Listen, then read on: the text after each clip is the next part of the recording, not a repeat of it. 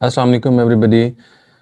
आई am Qamar Baloch. और अगर आप आईजीसीएसई ओ लेवल के स्टूडेंट हैं और इकोनॉमिक्स आपका सब्जेक्ट है तो आप लोगों के लिए गुड न्यूज़ है कि मैंने ये यूट्यूब चैनल स्टार्ट किया है जिसमें आप 100% syllabus with limited number of videos आप सीख सकेंगे और ये फ्री ऑफ कॉस्ट आप सीख सकते हैं। आपको इस टाइम पे मेरी स्क्रीन पे जो टेबल ऑफ कंटेंट्स नज़र आ रहा है, this will be the sequence of my videos. अगर आप इसी सीक्वेंस के साथ इन वीडियोस को देखेंगे तो हर वीडियो के अंदर मैंने प्रैक्टिस भी सफिशिएंट प्रैक्टिस भी शामिल की हुई है। लाइक हर टॉपिक को एक्सप्लेन करने के बाद उससे रेलेवेंट एमसीक्यूज को भी एक्सप्लेन किया हुआ है। और मैं आपको सजेस्ट करता हूँ कि अगर आप ओ लेवल या आईजीसीएसई इकोनॉमिक्स कर रहे हैं तो आपके पास 3 बुक्स होना बड़ी ज़रूरी हैं। और वो 3 बुक्स क्या हैं? एक है comprehensive economics IGCSE and O level. दूसरी बुक है इकोनॉमिक्स टॉपिकल पेपर 1। तीसरी बुक है economics topical paper 2 IGCSE and O level. All 3 books are written by me and my name is Qamar Bloch.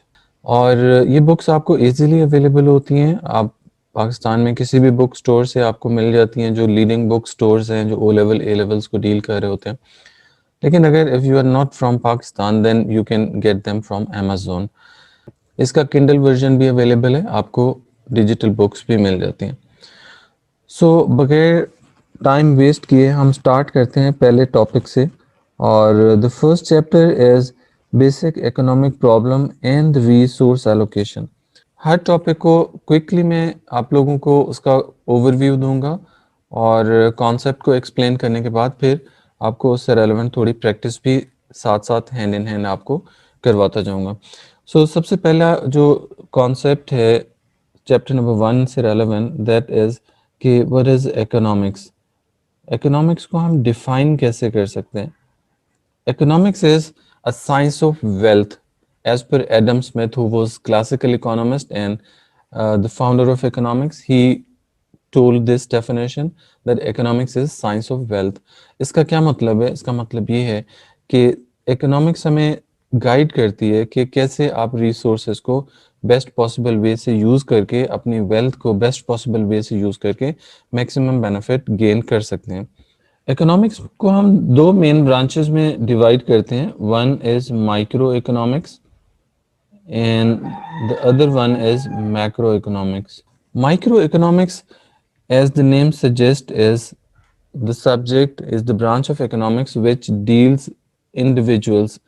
अब अगर इसमें दोनों में फ़र्क देखें, इन दोनों जो वर्ड्स हैं इनमें डिफरेंस अगर आप देखें तो माइक्रो में आई और मैक्रो में ए का डिफरेंस है, बाकी टोटल स्पेलिंग सेम है।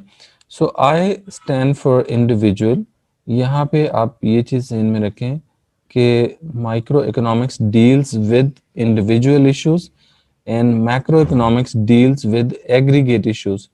पूरी इकोनॉमी के जो इश्यूज होते हैं, एग्रीगेट मीन टोटल इश्यूज, पूरी इकोनॉमी के जितने भी ओवरऑल इकोनॉमी के इश्यूज हैं उनको हम एग्रीगेट्स कहते हैं। और macro economics deals with economic issues of overall economy and micro economics deals with economic issues of individuals. For example किसी एक इंडिविजुअल स्टूडेंट की हम किसी नीड्स एंड वांट को डिस्कस करेंगे तो वो माइक्रो इकोनॉमिक्स में आएगा। लेकिन अगर हम देखेंगे कि पूरे पाकिस्तान की या पूरी वर्ल्ड की क्या इकोनॉमिक सिनेरियो है, जैसे अनएम्प्लॉयमेंट के हवाले से या हम इन्फ्लेशन के हवाले से देख सकते हैं कि जनरल प्राइसेस में क्या चेंज आ रहा है। अगर इकोनॉमिक ग्रोथ के बारे में देखेंगे, अनएम्प्लॉयमेंट के बारे में देखेंगे तो ये मैक्रो इकोनॉमिक्स कहलाएगा। So micro economics individual issues को डिस्कस करती है और मैक्रो इकोनॉमिक्स एग्रीगेट्स को यानी टोटल ओवरऑल इकोनॉमी को डिस्कस करती है। ओवरऑल इकोनॉमी किसी कंट्री की पूरी ओवरऑल इकोनॉमी की बात हो सकती है, वर्ल्ड इकोनॉमी की बात भी हो सकती है। So all are the part of macro economies. Economics के अंदर जो बेसिक इकोनॉमिक टर्म्स हैं, लाइक इनके बारे में आपको क्लियरली कॉन्सेप्ट होना ज़रूरी है। बेसिक कॉन्सेप्ट्स जो इकोनॉमिक्स में यूज़ होते हैं, these are the basic terms जो थ्रू आउट इकोनॉमिक्स यूज़ होती रहेंगी and they include needs, wants, scarcity of resources, scarcity of resources and then opportunity cost, production possibility curve, PPC. Okay, so इन concepts को mainly मैं focus करूंगा आज के lecture में, और इसी से रेलेवेंट हम हैंड इन हैंड प्रैक्टिस भी करते जाएंगे कि एमसीक्यूज इसके किस तरह के आते हैं और उनको आप कैसे सॉल्व कर सकते हैं। तो सबसे पहले अगर हम नीड्स को देखें तो needs are basic necessities of life, for example food, shelter and clothing. So इसके लिए जो की टर्म है बेसिक नेसेसिटीज, ये लिखना ज़रूरी है। एग्जामिनर इस चीज़ को चेक कर रहा होता है कि ये टर्म आपने लिखी है कि नहीं लिखी। So needs are basic necessities of life, for example food, shelter and clothing. Wants क्या होती हैं? Wants are desires for luxurious things. So ये आपकी डिज़ायर्स होती हैं। These are not basic necessities, these are wants, जो कि हमेशा अनलिमिटेड होती हैं। And then is scarcity of resources. Scarcity of resources shows that resources are limited and wants are unlimited. So scarcity का meaning है कि resources are limited and wants are unlimited. wants की कोई बाउंड्री नहीं है, wants आपके पास unlimited होती हैं। If we set a boundary of wants at one time, that is totally unreliable. When we reach that boundary, we set another boundary and we continue this process for the entire life. तो wants are limitless. कोई भी इंसान ऐसा नहीं नज़र आता जो कहे कि उसकी सारी wants पूरी होगी हैं। wants की नेचर ये है कि they are not essential for survival, but if wants are satisfied, they make life comfortable. लेकिन needs के केस में क्या होता है? needs are basic necessities of life. इसकी अगर if you cannot satisfy basic needs, then it is about impossible to survive. लेकिन wants अगर satisfy नहीं होती तो no issue, you can survive, but if wants are satisfied, they make life comfortable. And scarcity of resources, definitely, as I told you earlier, that it refers to the limited resources and unlimited wants. जब हम scarcity of resources की बात करते हैं तो resources होते क्या हैं? Resources are also known as factors of production. FOPs भी हम इसको short form में लिख सकते हैं। Factors of production हमारे पास 4 होते हैं, and those factors of production include: number 1 is land, number 2 is labor, number 3 is capital, and number 4 is enterprise. So इनके क्या मीनिंग है और इनको हम क्लियरली देख लेते हैं।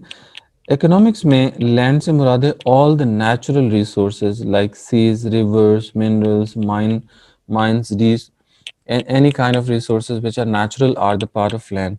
और लैंड को यूज़ करने का जो रिवॉर्ड मिलता है लैंड ओनर्स को, उसे हम रेंट का नाम देते हैं। So reward for land is rent. और लैंड की जैसे मैंने एग्जांपल दी कि anything that is natural is the part of land. और इसके बारे में भी हम एक क्वेश्चन देख लेते हैं कि लैंड के बारे में क्या क्वेश्चन एग्जामिनर ने पूछा हुआ है। अगर आप क्वेश्चन नंबर 42 देखें, इसको वीडियो को स्टॉप कर दें, इसके बारे में सोचें और अगेन इसको वीडियो को चला के देखें कि what is the correct answer. A farmer pays landowner for the use of a field.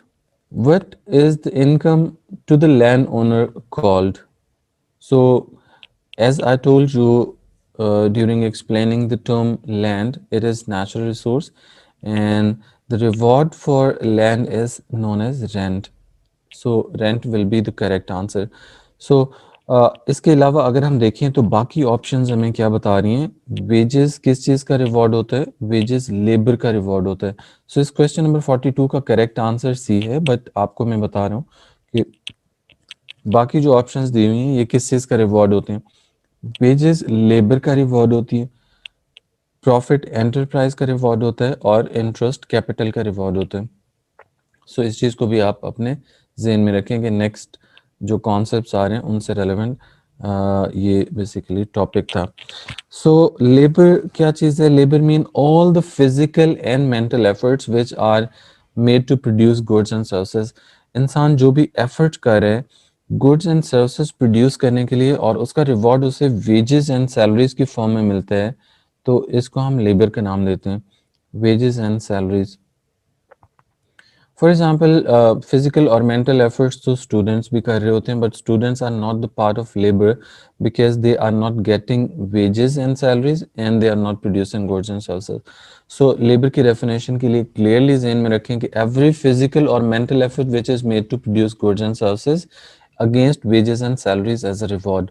तो जैसे वो क्वेश्चन अभी मैंने आपको शो किया था, उसमें अगर आप देखें, अगर लेबर के बारे में पूछा होता तो आप वेजेस की ऑप्शन चूज करते कि reward for labour is wages. Then is capital. Capital mean man made resources which are used to produce further goods and services. So these are man-made resources. Land is natural resource, labor is human resource, and capital is man-made resource which is used to produce further goods and services. Economics में capital से मुराद as a factor of production, strictly capital mean physical capital like including machinery, technology and tools. तो capital के अंदर clearly आपको ये चीज़ ज़हन में रखनी होगी कि it includes machinery, technology and tools and it does not include money. जैसे फाइनेंस को जनरली कैपिटल के तौर पे लिया जाता है, बिजनेस स्टडीज और अकाउंटिंग में capital mean money, money as well as physical assets, but in economics while we are talking about factors of production, so capital mean physical factor of production that include machinery, technology and tools। ये चीज़ आपको ज़हन में रखनी होगी। And the reward for capital is known as interest. जैसे मैंने आपको अभी क्वेश्चन शो किया था, उस क्वेश्चन के हवाले से भी आप इसको देख सकते हैं कि अगर कैपिटल का रिवॉर्ड एग्जामिनर ने पूछा होगा तो आप उसमें डेफिनेटली इंटरेस्ट को चूज करेंगे। अच्छा, कुछ प्रोडक्शन मेथड्स होते हैं जिनमें हम लेबर को ज़्यादा यूज़ कर रहे होते हैं। अगर किसी भी प्रोडक्शन के अंदर लेबर को ज़्यादा यूज़ किया जाता है और मशीनरी को कम यूज़ किया जाता है तो इसको हम labour intensive technique of production कहते हैं, लेबर इंटेंसिव। लेकिन कुछ मेथड्स ऑफ प्रोडक्शन ऐसे होते हैं जिसमें मशीन्स का ज़्यादा यूज़ होता है, तो ऐसे मेथड्स ऑफ प्रोडक्शन को हम लेबर इंटेंसिव की बजाय कैपिटल इंटेंसिव मेथड्स कहते हैं। इसके बारे में क्वेश्चन एग्जामिनर किस तरह से पूछता है, इस चीज़ को भी हम ज़रा देख लेते हैं। ओके, अगर आप क्वेश्चन नंबर 19 देखें और वीडियो को स्टॉप कर दें, इसके बारे में सोचें और फिर दोबारा इसको वीडियो को आप चला के देख सकते हैं कि इसका सही आंसर क्या होना चाहिए। Question number 19 says, what makes an industry capital intensive? So capital intensive industry is the industry which uses large amount of equipments and small amount of labor। यानी इसमें मशीनरी का यूज़ ज़्यादा होता है, टेक्नोलॉजी का यूज़ ज़्यादा होता है, टूल्स का यूज़ ज़्यादा होता है और लेबर फोर्स कम यूज़ हो रही होती है। ये आपको जहन में रखना होगा। इसके अगेंस्ट एग्जामिनर ये भी पूछ सकता था कि लाइक कैपिटल इंटेंसिव की बजाय लेबर इंटेंसिव भी पूछ सकता था। लेबर इंटेंसिव पूछता तो फिर इसको आप ऑपोजिट कर लेते कि ऐसा मेथड ऑफ प्रोडक्शन जिसके अंदर ज़्यादा लेबर और कम मशीनरी यूज़ हो उसे लेबर इंटेंसिव टेक्निक कहते हैं। The fourth factor of production is enterprise. Enterprise is the risk-taking ability. So enterprise is the risk-taking ability of entrepreneurs in which they undertake production process, they hire land, labor and capital and they produce goods and services. यहाँ पे enterprise की definition लिखते हुए आपको risk taking ability का लिखना mention करना ज़रूरी है। एग्जामिनर इसकी टर्म को आपके आंसर में ढूंढ रहा होता है। और एंटरप्राइज का रिवॉर्ड क्या होना चाहिए, जैसे लैंड का रिवॉर्ड रेंट था, लेबर का रिवॉर्ड आपने देखा वेजेस एंड सैलरीज था, कैपिटल का रिवॉर्ड इंटरेस्ट था। तो एंटरप्राइज का रिवॉर्ड क्या होना चाहिए? एंटरप्राइज का रिवॉर्ड होता है प्रॉफिट। जब भी आप कोई रिस्क टेकिंग करते हैं तो आपको उसके रिवॉर्ड के तौर पे प्रॉफिट मिलता है और that profit is basically the reward for enterprise. Enterprise से रेलेवेंट भी देख लेते हैं कि क्वेश्चन एग्जामिनर ने क्या पूछा हुआ है। क्वेश्चन नंबर 20 अगर आप लोग देखें तो इस क्वेश्चन में एग्जामिनर हमें बता रहा है कि what is an example of factor of production enterprise. Shop assistant क्या एंटरप्राइज है? नहीं है, क्योंकि शॉप असिस्टेंट तो एक लेबर की एग्जांपल है। शॉप्स प्रॉफिट जो है ये आपको एंटरप्राइज का रिवॉर्ड है, एंटरप्राइज नहीं है। फैक्टर ऑफ प्रोडक्शन एंटरप्राइज नहीं है, एंटरप्राइज का ये रिवॉर्ड है। इसी तरह से शॉपिंग सेंटर की अगर एग्जांपल दें, क्या शॉपिंग सेंटर एंटरप्राइज है? तो शॉपिंग सेंटर भी एंटरप्राइज नहीं है, क्योंकि शॉपिंग सेंटर एक आपका कैपिटल है। इसको हम नाम दे सकते हैं। जो बिल्डिंग्स हैं आपकी, जो मशीनरी है, जो टेक्नोलॉजी है, टूल्स हैं, वो आपके कैपिटल का पार्ट होते हैं। सो लास्ट ऑप्शन हमारे पास सी रह जाती है, जो कि सही ऑप्शन है। शॉप ओनर एंटरप्राइज की एग्जाम्पल में आता है। Enterprise is the risk taking ability of entrepreneurs. Entrepreneurs basically business owners होते हैं। So C answer is correct answer for this question. Okay, now we can move forward और हम देखते हैं कि ये सारे रिसोर्सेज लिमिटेड इन सप्लाई होते हैं। Land, labour, capital and enterprise, all of these resources are limited in supply. इसके बाद इस चैप्टर में जो फर्स्ट चैप्टर है, काफ़ी छोटा चैप्टर है, और इसमें जो नेक्स्ट चीज़ हमारे पास है, जो नेक्स्ट कॉन्सेप्ट है, that is production possibility curve. Production possibility curve क्या होता है, इसको हम अगर डिफाइन करना चाहें, इकोनॉमिक्स में कर्व से मुराद होता है कोई भी graph. So production possibility curve एक ऐसा ग्राफ होगा जो प्रोडक्शन की पॉसिबिलिटीज को शो कर रहा होगा। इसको अगर हम डिफाइन करना चाहें तो हम कह सकते हैं कि production possibility curve is a graph which shows different combinations of two products x and y। x and y दो कोई products हैं which can be produced with given resources। और प्रोडक्शन पॉसिबिलिटी कर्व के मल्टीपल और names भी हैं। इसको हम पीपीसी यानी प्रोडक्शन पॉसिबिलिटी कर्व भी कहते हैं, इसको पीपीएफ भी कहते हैं, प्रोडक्शन पॉसिबिलिटी फ्रंटियर भी कहते हैं, और इसी को प्रोडक्शन पॉसिबिलिटी बाउंड्री भी कहते हैं, और इसी को अपॉर्चुनिटी कॉस्ट कर्व भी कहते हैं, और इसी सेम को ट्रांसफॉर्मेशन कर्व भी कहते हैं।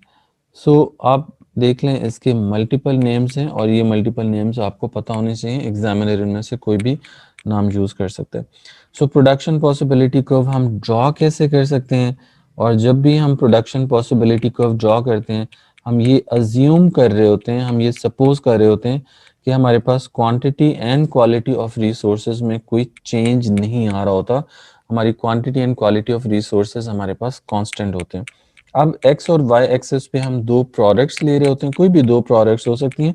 फॉर एग्जांपल एक एक्स गुड है और वाई एक्सेस पे हम वाई गुड ले रहे हैं। ये दो कोई प्रोडक्ट्स हैं, कोई भी प्रोडक्ट्स हो सकती हैं। लेट्स से एप्पल्स एंड बनाना हो सकते हैं, लाइट बल्ब्स एंड फैंस हो सकते हैं, टेलीविजन एंड कंप्यूटर्स हो सकते हैं। सो कोई भी दो प्रोडक्ट्स हो सकती हैं। प्रोडक्शन पॉसिबिलिटी कर्व देखने में उसकी शेप इस तरह से होती है, जो मेन शेप होती है वो इसी तरह से कॉनकेव टू द ओरिजिन इसको कहते हैं। ये ग्राफ हमें क्या शो कर रहा है कि अगर प्रोड्यूसर अपने सारे रिसोर्सेज यूज करके एक्स गुड प्रोड्यूस करना चाहे तो एक्स गुड के मैक्सिमम यूनिट्स वो कितने बना सकते हैं? इतने बना सकते हैं, like O X one quantity बना सकते हैं। लेकिन अगर वो O X one quantity of X good बनाएगा तो आप देख सकते हैं कि वाई गुड इसके अगेंस्ट उसका जीरो हो जाता है। सो वाई गुड कुछ भी नहीं बना सकेगा, वाई गुड उसके पास जीरो होगा। लेकिन दूसरी ऑप्शन है कि वो सारे रिसोर्सेज वाई गुड को बनाने के लिए यूज कर ले। अगर वो वाई गुड को बनाने के लिए यूज करेगा तो वाई वन क्वांटिटी मैक्सिमम वो प्रोड्यूस कर सकता है। लेकिन अगेन जब वो सारे रिसोर्सेज वाई वन प्रोड्यूस करने पे लगा देगा तो आप देख सकते हैं कि अब उसकी एक्स की प्रोडक्शन जीरो हो गई है। So if he decides to produce OX1 quantity of X good, then OY1 quantity of Y good will be sacrificed, which is opportunity cost. Opportunity cost क्या होती है? Opportunity cost is the cost of next best alternative foregone, sacrificed or given up. जो कुछ हम sacrifice कर रहे होते हैं वो हमारी opportunity cost कहलाती है। So opportunity cost is the cost of next best alternative that is foregone or that is sacrificed। जो कुछ हम सेक्रीफाइस कर रहे होते हैं वो हमारी अपॉर्चुनिटी कॉस्ट है। अब हम ओ एक्स वन क्वान्टिटी अगर एक्स गुड की बना रहे हैं तो इट मीन्स हम इतना सेक्रीफाइस करें, और अगर ओ वाई वन क्वान्टिटी बना रहे होंगे तो ओ एक्स वन क्वान्टिटी हम सेक्रीफाइस कर रहे होंगे। अच्छा, इस कॉन्सेप्ट को समझना थोड़ा सा डिफिकल्ट होता है इनिशियल लेवल पे, लेकिन विद प्रैक्टिस आपको ये चीज़ें काफ़ी इजी लगेंगी। अब हम यहाँ पे x1 लिखने की बजाय लेट से मैं कह देता हूँ कि ये 100 क्वांटिटी। अगर हम लेट से आप इलेक्ट्रॉनिक्स प्रोडक्ट्स प्रोड्यूस करें, आप फैंस प्रोड्यूस करें और साथ में आप टेलीविजन्स प्रोड्यूस करें। तो आपके पास ऑप्शन है, आप 100 फैन्स बना लें, और या फिर आपके पास सेकंड ऑप्शन है कि आप लेट्स से 50 टेलीविजन्स बना लें। अगर आप 100 फैन्स बनाने का सोचते हैं, सारे रिसोर्सेज फैन्स पे लगा देते हैं, तो इसका मतलब है कि आप टेलीविजन्स आप कुछ भी नहीं बना सकेंगे। सो 50 टेलीविजन्स जो आप बना सकते थे, अब आपने छोड़ दिए, सेक्रीफाइस कर दिए, ये आपकी अपॉर्चुनिटी कॉस्ट होगी। इसी तरह से लेकिन अगर आप सोचते हैं कि आप 50 टेलीविजन्स बना लें सारे रिसोर्सेज यूज़ करके, तो अब आपको 100 फैन सेक्रीफाइस करने पड़ेंगे। सो 100 फैन्स अब आपकी बार इस दफ़ा आपकी अपॉर्चुनिटी कॉस्ट होगी। लेकिन क्या ऐसा ज़रूरी है कि आप सारे रिसोर्सेज एक चीज़ पे लगा दें, दूसरी चीज़ को कंप्लीटली ओमिट कर दें? ऐसा ज़रूरी नहीं है, आप कोई कॉम्बिनेशन अलोंग पीपीसी कहीं और पे भी ले सकते हैं, जैसे मैंने यहाँ पे पॉइंट ए को मेंशन किया है। पॉइंट ए के हिसाब से हम लेट्स से कहते हैं कि प्रोड्यूसर ने डिसाइड किया कि चलें 40 टेलीविजन्स बना लेते हैं, एंड साथ में हम 100 फैन्स बनाने की बजाय हम क्या करते हैं कि 90 फैन्स बना देते हैं। तो अब क्या होगा, 90 फैन्स अगर बना रहे हैं, तो आप देख सकते हैं कि इतने टेलीविजन्स हमारे सैक्रिफाइस हुए। सो 50 और 40 के दरमियान में 10 टेलीविजन्स का जो फ़र्क आ रहा है, डिफरेंस आ रहा है, ये वो है जो हम सैक्रिफाइस कर रहे हैं। इसी तरह से अगर एग्जामिनर पूछता है कि 90 फैन्स बनाने की अपॉर्चुनिटी कॉस्ट क्या है, तो आप बताएंगे ये वाला गैप जो होगा, जितना भी गैप होगा, यहाँ पे जैसे 10 आ रहे हैं, 10 हमारे लिए अपॉर्चुनिटी कॉस्ट है। अगर एग्जामिनर ये पूछता है कि 40 टेलीविजन्स बनाने की अपॉर्चुनिटी कॉस्ट क्या है, तो जैसे मैंने बताया कि टेलीविजन्स बनाने की अपॉर्चुनिटी कॉस्ट फैन्स होगी, फैन्स बनाने की अपॉर्चुनिटी कॉस्ट टेलीविजन होगी।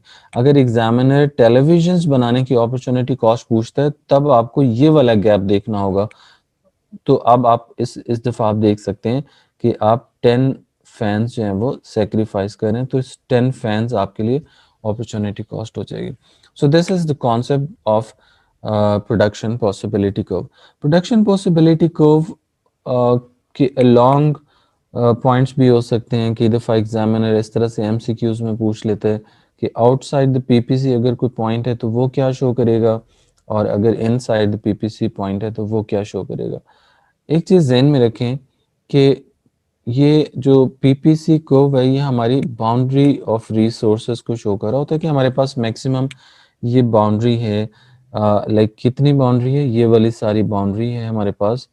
ये जिसको मैं अभी यहाँ पे लेबल कर रहा हूँ, this is the boundary of resources. ये बेसिकली बाउंड्री ऑफ रिसोर्सेज है जिसको मैं अभी मूव कर रहा हूँ। ठीक है, सो this is the boundary of resources कि आप मैक्सिमम कितनी प्रोडक्शन आपके लिए पॉसिबल है। सो प्रोडक्शन आपके लिए मैक्सिमम जितनी आप कर सकते हैं, डेफिनेटली वो आप अपने रिसोर्सेज की बाउंड्री के अंदर रहते हुए कर सकते हैं, और बाउंड्री से बाहर नहीं जा सकते। एग्जामिनर क्या करता है, आपसे कई दफ़ा पूछ लेता है कि पॉइंट मल्टीपल पॉइंट्स दे देता है, point A, B, C and D. तो इनमें से कौन से पॉइंट्स हैं जो अटेनेबल हैं, कौन से हैं जो अटेनेबल नहीं है। So point A B are attainable and desirable, because अगर अलोंग द पीपीसी हम प्रोड्यूस करें, it mean we are using the resources to optimum extent और फुल एम्प्लॉयमेंट है। लेकिन पॉइंट इनसाइड द पीपीसी अगर हो तो ये अटेनेबल ज़रूर होता है। लाइक अटेनेबल मीन कि जहाँ पे प्रोडक्शन पॉसिबल है। सो पॉइंट सी पे यानी इनसाइड द पीपीसी भी प्रोडक्शन पॉसिबल है कि हम यहाँ पे प्रोड्यूस कर सकते हैं, क्योंकि ये हमारे रिसोर्सेज की बाउंड्री के अंदर आ रहे हैं। But it shows unemployment of resources, कि रिसोर्सेज हमारे पास अनएम्प्लॉयड है। अनएम्प्लॉयड का मतलब है रिसोर्सेज मौजूद हैं। रिसोर्सेज मौजूद होने का पता इस बाउंड्री से पता चल रहा है कि ये बाउंड्री तो मौजूद है हमारे पास रिसोर्सेज की, बट हम वहाँ बाउंड्री तक जा नहीं रहे, हम इनसाइड द बाउंड्री यहाँ पे प्रोड्यूस कर रहे हैं। तो इट मीन्स के रिसोर्सेज कुछ हमारे अनएम्प्लॉयड है। और पॉइंट डी हमारे लिए नॉन अटेनेबल होता है। नॉन अटेनेबल मीन कि जहाँ पे प्रोडक्शन हमारे लिए पॉसिबल ही नहीं है। इसी तरह से शिफ्ट्स के बारे में पूछ लेता है एग्जामिनर। अगर शिफ्ट्स के बारे में पूछता है तो आप एक चीज़ ज़हन में रखें कि आपका जो प्रोडक्शन पॉसिबिलिटी कर्व है, ये शिफ्ट क्यों होता है। ये शिफ्ट होने की जो रीजंस हैं, like for example this is PPC labelled as A B. अगर पीपीसी हमारा राइटवर्ड शिफ्ट हो रहा है तो इसकी रीज़न क्या होती है। इसकी रीजंस होती हैं, let's say it is now A1 B1 इसकी रीजंस होती हैं कि आपके क्वांटिटी ऑफ रिसोर्सेज और क्वालिटी ऑफ रिसोर्सेज अगर आपके इम्प्रूव हो रहे हैं, इंक्रीज हो रहे हैं, तो आपका प्रोडक्शन पॉसिबिलिटी को राइट को चला जाएगा, जो ये शो करता है कि अब आप ज़्यादा गुड्स एंड सर्विसेज प्रोड्यूस कर सकते हैं। लेकिन अगर पीपीसी इनवर्ट शिफ्ट हो जाए, फॉर एग्जांपल इनिशियल पीपीसी आपके पास ए बी है, now it has shifted to let's say C D, then it shows decrease in production possibilities for both x and y good। और ऐसा तब होगा जब आपके पास रिसोर्सेज की क्वांटिटी या फिर क्वालिटी कम हो जाती है। लेकिन रिसोर्सेज की क्वांटिटी या क्वालिटी से मुराद क्या है, क्या चीज़ होती है? लाइक रिसोर्सेज होते हैं हमारे पास land, labour and capital. Suppose करें कि आपके पास लैंड बढ़ जाती है, क्वांटिटी में बढ़ जाती है या क्वालिटी में अच्छी हो जाती है, तो आपका पीपीसी राइट को चला जाएगा। लेकिन अगर लैंड आपके पास डिप्लीट हो जाती है, कम हो जाती है, डिस्ट्रॉय हो जाती है, ओवर यूज हो जाती है, ओवर कंज्यूम हो जाती है, तो फिर क्या होगा? प्रोडक्शन पॉसिबिलिटी को वो आपका लेफ्ट को शिफ्ट हो जाएगा। इसी तरह से अगर मशीनरी, टेक्नोलॉजी, टूल्स की हम बात करते हैं, अगर ये चीज़ें सारी इम्प्रूव होंगी और आपके पास क्वांटिटी में या क्वालिटी में इंक्रीज होंगी, तो पीपीसी आपका राइट को चला जाएगा। लेकिन अगर क्वांटिटी और क्वालिटी में ये चीज़ें कम होंगी, टेक्नोलॉजी आपकी ऑब्सोलीट हो जाती है, आउटडेटेड हो जाती है, तो फिर आपका पीपीसी कर्व इनवर्ट शिफ्ट हो जाएगा। इसी तरह से आपके पास लेबर की एग्जांपल ले सकते हैं कि लेबर की क्वांटिटी अगर आपकी कंट्री में बढ़ जाती है या उसकी क्वालिटी बेहतर हो जाती है, तो फिर भी पीपीसी आपका राइट को शिफ्ट हो जाएगा। क्वांटिटी ऑफ रिसोर्स कैसे बढ़ सकती है, लेबर कैसे बढ़ सकती है? अगर दूसरी कंट्री से लोग माइग्रेट करके आपकी कंट्री में आ रहे हैं, जो स्किलफुल हैं, जो लेबर फोर्स का पार्ट हैं, तो फिर आपकी क्वांटिटी ऑफ रिसोर्स बढ़ जाएगी। क्वालिटी ऑफ लेबर कैसे बढ़ सकती है? क्वालिटी ऑफ लेबर आपकी ट्रेनिंग एंड एजुकेशन से बढ़ सकती है। अगर आप एग्जिस्टिंग वर्कर्स को ट्रेन करें और एजुकेट करें, तो वो डेफिनेटली ज़्यादा प्रोडक्शन करने की पोजीशन में होंगे। इसी तरह से अगर लेबर की क्वांटिटी या क्वालिटी कम हो जाती है, तो पीपीसी आपका इनवर्ट शिफ्ट हो जाता है। सो ये मल्टीपल चीज़ें थी जो प्रोडक्शन पॉसिबिलिटी को से रेलेवेंट थी। अब हम थोड़ी सी इसकी भी प्रैक्टिस देख लेते हैं कि एग्जामिनर इसके बारे में जनरली क्या क्वेश्चंस पूछता है। ओके, अगर आप क्वेश्चन नंबर 22 को देखें, वीडियो को स्टॉप कर दें और इसके बारे में सोचें, और जब आप फाइनलाइज कर लें, again play the video and see what is the correct answer. Question number 22 says an economy is producing at x, so this is the x, point x, where we are producing 200 units of food and we are producing 75 machines। तो ये हमारी initial production possibility है। What is the opportunity cost of choosing to produce y instead of x? y is this combination, और इस combination पे आप देखें हम मूव कर रहे हैं x से y की तरफ। जब हम x से y की तरफ मूव कर रहे हैं, तो आप देख सकते हैं कि प्रोडक्शन पॉसिबिलिटी फूड की आपकी कम हो रही है। कितनी प्रोडक्शन पॉसिबिलिटी कम हो रही है? 200 और 150 के दरमियान का अगर आप गैप देख लें, तो ये आपके पास आप सेक्रीफाइस करें। सो कितनी क्वांटिटी बनती है? 50 यूनिट्स ऑफ फूड अब आपके पास अपॉर्चुनिटी कॉस्ट होगी, 50 फूड। सो आप इसको चूज कर सकते हैं कि 50 units of food is the opportunity cost. अच्छा, आपको ये चीज़ कंफ्यूज कर सकती है कि मशीन्स क्यों नहीं अपॉर्चुनिटी कॉस्ट? क्योंकि मशीन्स तो हम सेक्रीफाइस ही नहीं करें। कॉम्बिनेशन वाई पे अगर आप देखें, तो प्रोडक्शन पॉसिबिलिटी मशीन्स की 75 से 100 तक इंक्रीज हो रही है। इट मीन्स कि हम मशीन्स तो सेक्रीफाइस कर ही नहीं रहे। अपॉर्चुनिटी कॉस्ट होती है जो हम सेक्रीफाइस कर रहे होते हैं, जो हम लूज कर रहे होते हैं, लीव कर रहे होते हैं। सो 22 का आंसर, करेक्ट आंसर बी है हमारे पास। ओके, चैप्टर नंबर 1 से रेलेवेंट एक छोटा सा कॉन्सेप्ट और है, उसको भी हम डिस्कस कर लेते हैं, and that concept is conservation and exploitation of resources. Conservation means saving the resources for future generations, and exploitation means using the resources to produce goods and services. So exploit करना mean use करना। So आपको क्या लगता है कि economist को क्या करना चाहिए? कंजर्वेशन करनी चाहिए रिसोर्सेज की या एक्सप्लॉयटेशन करनी चाहिए? सो आप में से कुछ का आंसर होगा कि कंजर्वेशन करनी चाहिए और कुछ का आंसर हो सकता है एक्सप्लॉयटेशन। आप दोनों के आंसर्स सही हैं, लेकिन एक चीज़ ज़हन में रहे कि कंज़र्वेशन और एक्सप्लॉइटेशन करनी ज़रूरी होती है, लेकिन एक लिमिट में रहते हुए। अगर आप ओवर कंज़र्व करेंगे तो भी इकोनॉमी के लिए नुकसान है, ओवर एक्सप्लॉइट करेंगे तब भी इकोनॉमी के लिए नुकसान है। जैसे फॉर एग्ज़ाम्पल हमारे पास जो नेचुरल रिसोर्सेज़ हैं, like we are talking about forest, या फिर we are talking about water, और we are talking about oil. So ये हमारे पास मेन नेचुरल रिसोर्सेज होते हैं। अगर हम फॉरेस्ट को कंजर्व करते जाएं तो फिर तो हर तरफ जंगल हो जाएंगे, लोगों के लिए रहना पॉसिबल नहीं होगा। दूसरा, जो टिम्बर हम लोग यूज़ कर रहे हैं, जो डेली यूज़ में हमारे है, प्रोडक्शन के लिए यूज़ होती है, फर्नीचर प्रोड्यूस करते हैं, घर बनाने के लिए यूज़ होती है, बहुत सारे यूजेस हैं, बर्निंग पर्पस के लिए यूज़ होती है। तो अगर हम कंजर्व करते जा रहे हैं तो फिर ये सारी नीड्स हमारी कैसे पूरी होंगी? डेफिनेटली पॉसिबल ही नहीं है। इसी तरह से अगर हम वाटर को ओवर कंजर्व करते जा रहे हैं, वाटर ओवर कंजर्व होने से भी यही सिनेरियो क्रिएट होगा कि आप डैम्स में पानी इकट्ठा करते जा रहे हैं, then what will happen, one day it may lead to flood. और दूसरा, आपकी जो डेली यूज़ की वाटर की नीड्स हैं वो भी पूरी नहीं होंगी।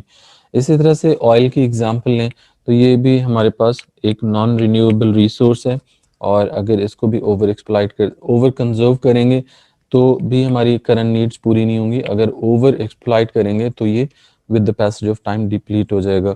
सो एक्सप्लॉइटेशन और कंजर्वेशन दोनों चीज़ें ज़रूरी हैं, बट लिमिट में रहते हुए। फॉरेस्ट को भी ओवर कंजर्व भी ना करें, ओवर एक्सप्लॉइट भी ना करें। अगर ओवर एक्सप्लॉइट कर देते हैं, लाइक फॉरेस्ट बिल्कुल ख़त्म हो जाए, ट्रीज़ को बिल्कुल ख़त्म कर देंगे, तो आपके लिए ऑक्सीजन का मसला होगा। फिर everyone will have to carry oxygen bag with him. तो डेफिनेटली एक्सप्लॉइटेशन और कंजर्वेशन दोनों चीज़ें ज़रूरी हैं। वाटर को भी एक्सप्लॉइट नहीं करेंगे तो नीड्स पूरी नहीं होंगी, ऑयल को भी यूज़ नहीं करेंगे तो उससे भी हमारी करंट नीड्स पूरी नहीं होंगी। सो इसके लिए एक टर्म हम यूज़ करते हैं, सस्टेनेबिलिटी, के हमें चूँकि सस्टेनेबिलिटी चाहिए होती है, हम चाहते हैं कि रिसोर्सेज़ को हम इस तरह से यूज़ करें कि करंट जनरेशन की भी नीड्स पूरी हो जाएँ और फ्यूचर जनरेशंस के लिए भी हमें सफिशिएंटली रिसोर्सेज़ अवेलेबल हों।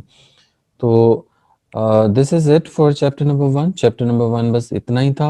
And again for a reminder, आपके पास 3 रिसोर्सेज़ होने ज़रूरी हैं जब भी आप स्टडी करने के लिए बैठें, या फिर ये वीडियो देख रहे हों तो उस टाइम पे आपके पास ये तीनों रिसोर्सेज़ होने चाहिए।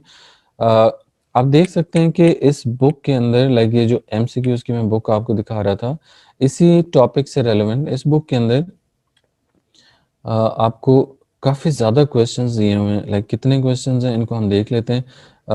68 क्वेश्चंस हैं। अगर आप 68 क्वेश्चंस इस एक टॉपिक में से कर लेते हैं तो डेफिनेटली कोई ऐसी बात नहीं होती जो एग्जामिनर नेक्स्ट टाइम पूछे और आपको पता ना हो।